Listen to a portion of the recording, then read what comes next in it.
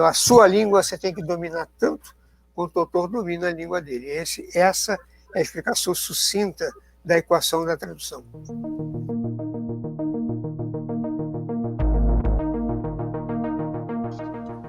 Olá, sejam bem-vindos a esse encontro online promovido pela Sinagoga ARI. A nossa entrevista de hoje é com Paulo Geiger, dono de uma extensa e brilhante carreira na área editorial e, mais recentemente, destaque também no campo das traduções. No mês passado, Paulo conquistou o prêmio na categoria Tradução Adaptação Jovem com o livro Sonri, uma fábula de amor e aventura de Amos Oz. Esse prêmio foi conquistado na 46ª edição do Prêmio Fililis, que é a Fundação Nacional do Livro Infantil e Juvenil. Seja muito bem-vindo, Paulo. Estou satisfeito de estar aqui no ambiente da área mais uma vez. Que bom. Paulo, o senhor editou incontáveis obras de referência, dicionários, enciclopédias, gramáticas, mas na última década o senhor está se dedicando mais à tradução. Por quê?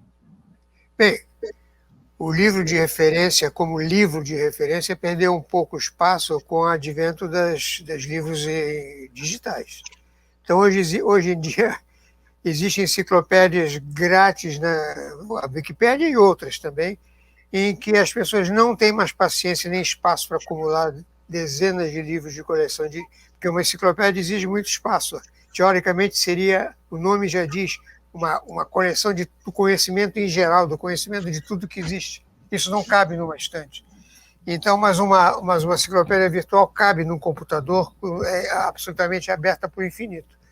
Então, essa era digital tirou um pouco o espaço do livro e tirou o espaço também de se promover um conhecimento tão amplo assim que as pessoas nem precisam mais. As especializações fazem com que as pessoas busquem um conhecimento específico e não um conhecimento geral. O conhecimento geral, que era a glória e a coroa de louros de épocas antigas, virou um acessório quase desnecessário. Todo mundo vai ao lugar que precisa, quando precisa, e não precisa da grande obra com todo o conhecimento reunido. Então, a enciclopédia, como tal, perdeu lugar, e eu procurei um lugar para continuar no mundo das edições e no mundo dos livros úteis. E achei que a tradução seria uma boa maneira de eu diversificar isso e permanecer no campo. Essa é a explicação. Muito bem. Paulo, o senhor já traduziu mais de 10 livros do Amos Oz, incluindo esse último que lhe rendeu o prêmio. Como se tornou tradutor do Amos Oz? É uma história muito simples. Eu ainda não estava traduzindo livros, ainda estava na atividade de obras de referência, quando alguém da revista Piauí, acho que foi o Conte, ele me pediu uma tradução de um conto do Amos Oz. Alguém indicou a ele que eu sabia hebraico, que eu traduzia do hebraico, ele me mandou um conto do Amos Oz. E eu traduzi para a revista Piauí um conto do Amos Oz, não me lembro agora exatamente o nome, é um conto curto muito, muito interessante, em um lugar muito distante, muito, muito, muito específico. E depois o sobrinho, algum parente do Conte, foi ser editor da Companhia das Letras. E precisando traduzir, entrando com um contrato com o Amos Oz, um novo livro do Amos Oz, ele se lembrou da tradução do conto e me encomendou o livro. Esse livro chama-se Rimas da Vida e da Morte. Foi o primeiro livro de Amos Oz que eu traduzi. E a partir daí, todos os livros de Amos Oz que batiam na companhia, que tinham o contrato do Amos Oz, eu traduzi. A partir de Rimas do Amor e da Morte, todos os livros publicados no Brasil em português. E de Amos Oz fui eu que traduzi. E o senhor conheceu o Amos Oz pessoalmente? Conheci pessoalmente aqui, ele esteve no Brasil mais de uma vez, mas uma das vezes, quando eu já era tradutor dele, teve outra vez em que eu ainda não era. Eu me encontrei com ele numa palestra que ele deu sobre os livros dele, e antes disso eu já tinha contato com ele através de algumas dúvidas muito específicas que eu tinha em relação a certas circunstâncias do texto dele. Eu perguntava a ele por e-mail e por outros meios, através da editora também, e ele me respondia sempre. Eu tinha esse contato com ele que era puramente em cima da obra dele, mas o encontro com ele aqui foi muito bom, porque a gente conhecer pessoalmente, conhecer em outros aspectos, não só os literários, conhecer a pessoa além do autor é muito importante para conhecer o autor também. Sobre isso é interessante. Eu li uma entrevista sua de uns 10 anos atrás.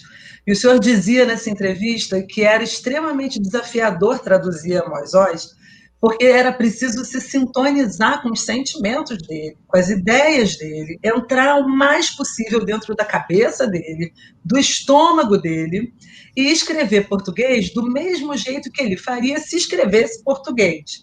Né? Além disso, ele era um pouco avesso às regras, e isso era mais um dificultador na tradução.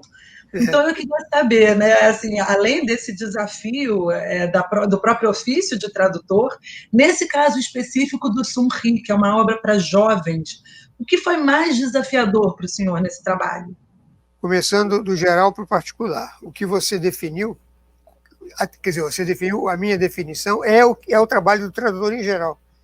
O trabalho do tradutor, a missão do tradutor, não é traduzir as palavras que estão escritas ali. Isso qualquer pessoa que conheça a língua faz. A acessibilidade do tradutor está em, através das palavras, perceber o que o autor está dizendo. Inclusive o que ele não está dizendo explicitamente, mas está dizendo implicitamente. Entender as entrelinhas dele, entender até mesmo as idiosincrasias dele, as preferências dele, as dúvidas, através do texto da língua em que ele escreveu, perceber o que ele está querendo dizer e escrever isso da melhor maneira possível na sua língua. Então, o tradutor não é um tradutor de palavras, é um tradutor do que se passa com o autor.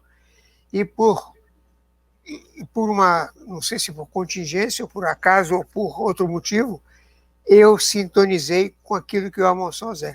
Eu acho que ele seja, que o tradutor vai dar na mesma.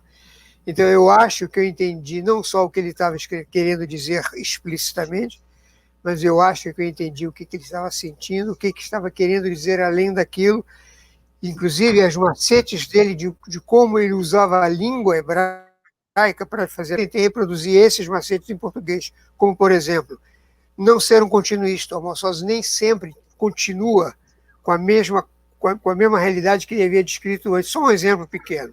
Num livro dele, num livro chamado... Não, nesse mesmo livro, que foi o primeiro que eu traduzi, Rimas do Amor e da Morte, tem um personagem que no início do livro ele diz que ele é primo, tio dele. E no fim, no último capítulo, no último final do livro, ele já chama ele de cunhado dele, ou de sobrinho dele, não me lembro. E eu perguntei a ele se é de propósito, ele falou, O que ele queria dizer com isso? Que não importa para a história, não importa para entender a história se ele é primo. Ficção é ficção, a ficção é maleável. Então, o Amos Oz quis me dizer que o texto não precisa ser uma realidade absolutamente verificável através de um trabalho de detetive. Não precisa ser coerente. A ficção não está baseada na coerência, e sim no sentimento, na descrição das situações, e era absolutamente indiferente se ele era cunhado, se era tio, se era sobrinho. A história não mudava com isso, ele não dava atenção a esse detalhe, de propósito, queria demonstrar que não dava atenção a esses detalhes. Ele faz isso muitas vezes no texto dele.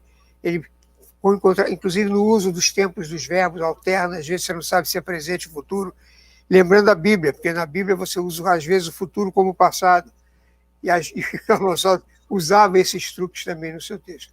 Perceber isso fez com que fosse relativamente fácil para mim traduzir Amos Oz. No caso específico do livro Sun Ri, a genialidade desse livro é porque ele é um livro escrito em primeira pessoa por uma criança que no livro, não me lembro, acho que são uns 8 ou 9 anos de idade, mas escrito por essa criança quando já ficou mais velha, ou seja, ele não é obrigado a ter um texto de criança, mas ele escreve os sentimentos e aquilo por que passou uma criança aos 8 ou 9 anos de idade com o texto de alguém mais velho. Isso é genial. Além disso, é preciso, para entender Sun Ri, para conseguir traduzir bem Amos Oz, conhecer as ruas que o Sun Ri percorreu em Jerusalém. Eu estive com 19 anos na Israel, com 6 anos, eu estive na Jerusalém da época do Sun Ri, mais ou menos, época pouco depois da criação do Estado de Israel. Eu enxergava aquelas ruas, eu via aquele ambiente que ele descreve em Sun Ri. Também foi fácil para mim entrar na cabeça do Amos Oz, o sentimento de Amos Oz e daquela criança. Consegui entender o que ela estava vendo, o que ela estava sentindo na Jerusalém naquela época. O prêmio secundário, na verdade, eu nem sabia do prêmio. O prêmio eu soube através da notícia que me deram parabéns e só foi o único contato que eu tive com o prêmio. O prêmio não importa, o prêmio é simplesmente... O prêmio é para o Amos Oz. O prêmio é para ele ter conseguido expressar o sentimento de uma criança naquela Jerusalém, descrever a cidade e a criança e os sentimentos dela numa obra desse tamanho, olha só. Isso é o livro, Surre, um livrinho de poucas páginas, você lê em 2 horas, mas é impressionante o efeito que ele tem. Mostra um pouquinho a capa, Paulo, mostra um pouquinho a capa para nós. Okay. É um livro incrivelmente, é um livro pequeno para criança e capa dura. E é uma história de amor, né? A história do amor, o amor infantil dele pela namoradinha. Ele, durante algumas semanas, namorou ela, mas é o amor da vida dele, porque foi o primeiro. E a namorou em silêncio, em primeiro lugar, e depois explicitamente com o consentimento dela depois. É muito bonito. Esse menino, eu posso dar uma spoiler? Dar um spoiler do livro? Pode. É um menino que tem uma bicicleta, troca... Esse spoiler vai dar vontade de ler o livro.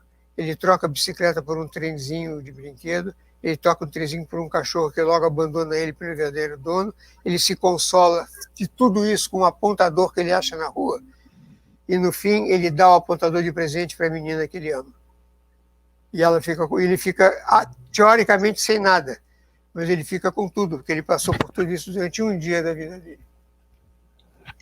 Bom, mais legítimo para traduzir, impossível, né? Conhecer a cidade, conhecer o autor, ter uma facilidade da linguagem e uma facilidade para falar com jovens, então, né? Porque essa categoria jovem é bastante exigente, né? Mas esse livro é bom de ler por adultos também, como os bons livros para jovens sempre são. É verdade. Paulo, além do Amos Oz, o senhor também tem traduzido outro autor best-seller israelense, que é Yuval Harari, né? Como é que é? Como é que essa mudança de autor, de linguagem, e ser um tradutor só de best-sellers mesmo, né? Principalmente israelenses? Isso foi. Ser best-seller não é condição para você ser um bom tradutor, nem ser um tradutor que traduz muitos livros, não. O best-seller vem depois do livro. Eu pego o livro como ele é, antes dele ser best-seller. O caso do Yuval Harari, ele caiu na minha mão porque, aliás, a história é curiosa. Eu traduzo do hebraico para a companhia. Quando a companhia recebeu o livro do Yuval Harari, eu tinha ele na minha casa em hebraico. Eu já tinha até escrito para a companhia perguntando sobre isso.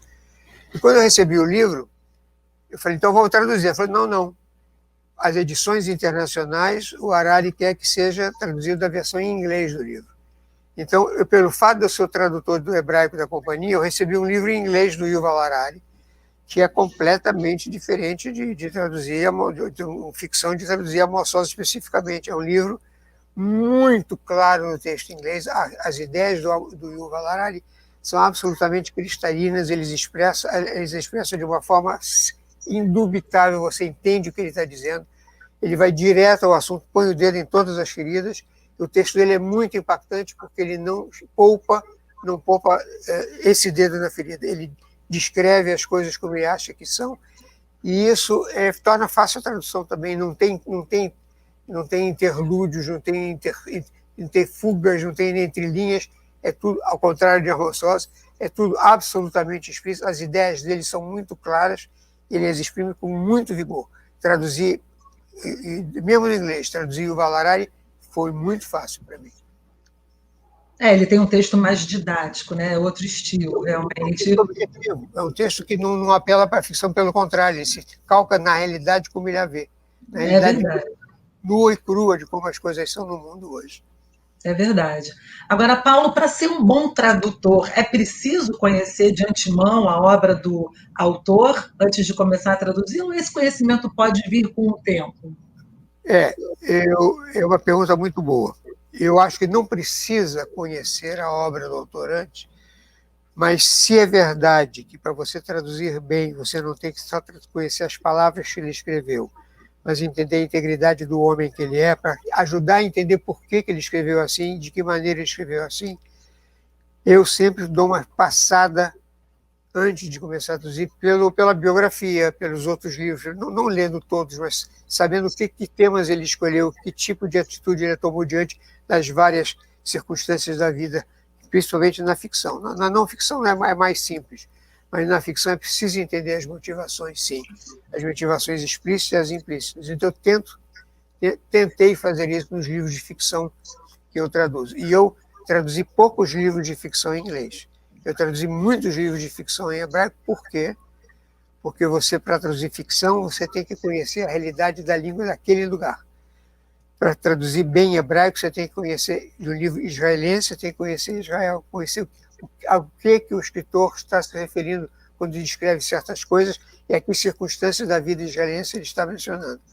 Então, por isso eu traduzo muito mais não ficção em inglês, porque eu não tenho essa vivência de realidade de países de fala inglesa. Eu traduzo muita ficção em hebraico, porque eu conheço bem a vida em Israel, sei o que ele está querendo dizer com aquele texto. Para traduzir bem, você tem que conhecer o autor, você tem que conhecer razoavelmente a língua com a qual ele escreve e tem que conhecer muito bem a língua para a qual você traduz, para poder expressar nessa língua todas as nuances das expressões e das referências que ele usou na língua dele, autor. Então, a sua língua você tem que dominar tanto quanto o autor domina a língua dele. Essa é a explicação sucinta da equação da tradução. É um trabalho espetacular, Paulo, espetacular, realmente. Eu queria mudar um pouquinho só de assunto e falar um pouquinho do Paulo, ativista político-social, que também é uma verve muito forte, né, na sua história. E queria tentar traçar uma relação paralela entre esses dois trabalhos, o seu trabalho agora como tradutor e o seu ativismo político e social. Tem relação entre eles? Um ajuda o outro? Em primeiro lugar, deixa eu esclarecer uma coisa. Eu não me considero um ativista político no sentido de ativista mesmo. Eu não estou ativo, eu não faço isso como membro de instituições, eu não faço isso participando de movimentos. O que eu faço é tentar expressar as possibilidades políticas, ideológicas que nós enfrentamos hoje no mundo de hoje. Nós como judeus, aí eu já vou fechar o círculo como judeu, como sionista, como defensor e admirador, e eu sou israelense também, como israelense também. Eu procuro expressar, o meu ativismo político está em procurar defender aquilo que eu acho certo para nós como povo, para nós como Estado Nacional e para nós como membros de um ciclo muito maior que a Terra, o planeta Terra hoje, a humanidade hoje. Nós, como judeus, depois de anos de exílio em geral, ganhamos uma carteira de identidade na humanidade e no planeta Terra, quando nós nos transformamos de novo, não só num povo, mas numa nação com direito a construir seu próprio destino, que é o resultado da criação de um Estado judaico. Não por ser um Estado, mas por ser um lugar em que o judeu pode se expressar 100% e determinar seu próprio destino. Essa condição te deu uma carteira de identidade. Você hoje é membro de um amplo espectro de outros povos e outras nações que têm o destino da humanidade e da Terra em suas mãos. E nós não podemos deixar, com a experiência que nós temos de milhares de anos de sermos um povo discriminado e perseguido e ameaçado, não podemos deixar de nos identificar com todas as minorias. E quando eu falo minoria, não falo só de grupos humanos, de classes humanas, falo também da natureza, da ecologia, de animais, do planeta Terra como um todo. Estamos ameaçados, como judeus, como israelenses e como seres humanos e como terráqueos também. Eu acho que hoje o papel do judaísmo, além de defender a sua própria sobrevivência, sua existência como judeus, na nação e no povo judeu e na religião judaica, nós temos que participar ativamente também na luta da Terra e da humanidade por um futuro melhor. Que não seja só o do aqui e agora, que muita gente considera como toda a filosofia o mais rápido possível, sem pensar no que nós podemos pensar para o futuro distante. Nós, como judeus, com a experiência que temos de 3.000 anos de sobrevivência, mais de 3.000 anos, 3.600 anos, nós somos obrigados a nossa responsabilidade. E este é o sentido de povo eleito, para quem acredita nisso. Povo eleito para servir a humanidade, porque é essa a função. Mamlekat Kohanim, o reino de sacerdotes. Sacerdote quer dizer quem serve aos outros, quem serve com a palavra de Deus, com a palavra da lógica, com a palavra do humanismo também. Esse é o meu ativismo. Tentar escrever, tentar convencer as pessoas de que esse é o papel do povo judeu hoje. Preservar a sua nacionalidade, preservar a sua religião, mas também participar na preservação da humanidade e do planeta Terra, contra tudo que ameaça ele hoje, e não é pouco, e não é só a pandemia. Perfeito, Paulo. Falando um pouquinho de futuro, né? Quais são seus projetos atual? Você está com algum trabalho novo? Tem algum autor que falta traduzir, que você tenha muita vontade de traduzir? Tem N autores que falta traduzir, mas não está no meu projeto fazer isso.